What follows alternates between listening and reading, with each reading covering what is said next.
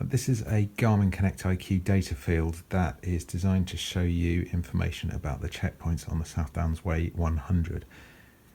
We've got the 24-hour times in blue on the left, 30-hour times in red on the right, and in the middle we've got our custom times. They're either based on a specified end time in the settings for the data field, or you can enter 15 different values in there and have your own times for each checkpoint.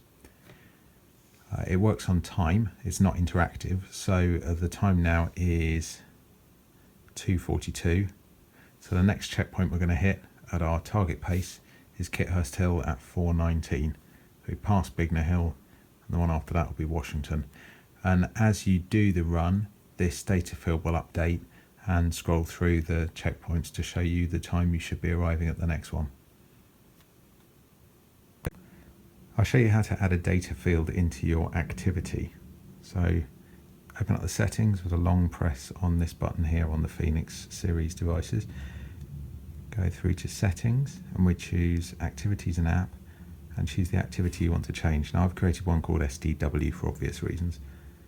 So we go into there, SDW settings, data screens, and these are the data screens you'll see when you're running.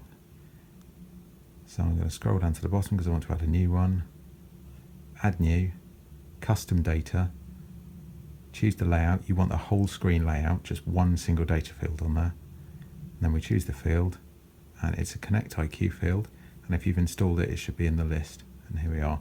It's got a slightly odd name, but that's what it's called. So we choose that one, and there you go. There's the data field on there. So if I press back, and I can come out of these. And now if I start up the activity, go in here and start an SDW activity, this is what it would look like if I was actually going to do the run, and because I added it as the last field, if I go up, then there's my data field. So you can see, it's still getting GPS, so I've lost the top, but you can see that Bignor Hill, we want to get there for 2:37 today, and the next one will be Kithurst Hill, and the previous one is Cocking.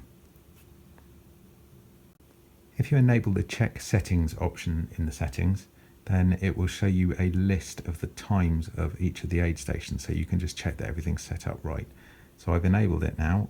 Go into here, I'm going to start an SDW activity and scroll up to my my data field, and there we go. So you can see the times. It's a bit shorthandy because there's not a lot of room on the screen, but it's worth, when you set it up, checking through all of these times and making sure that they're correct.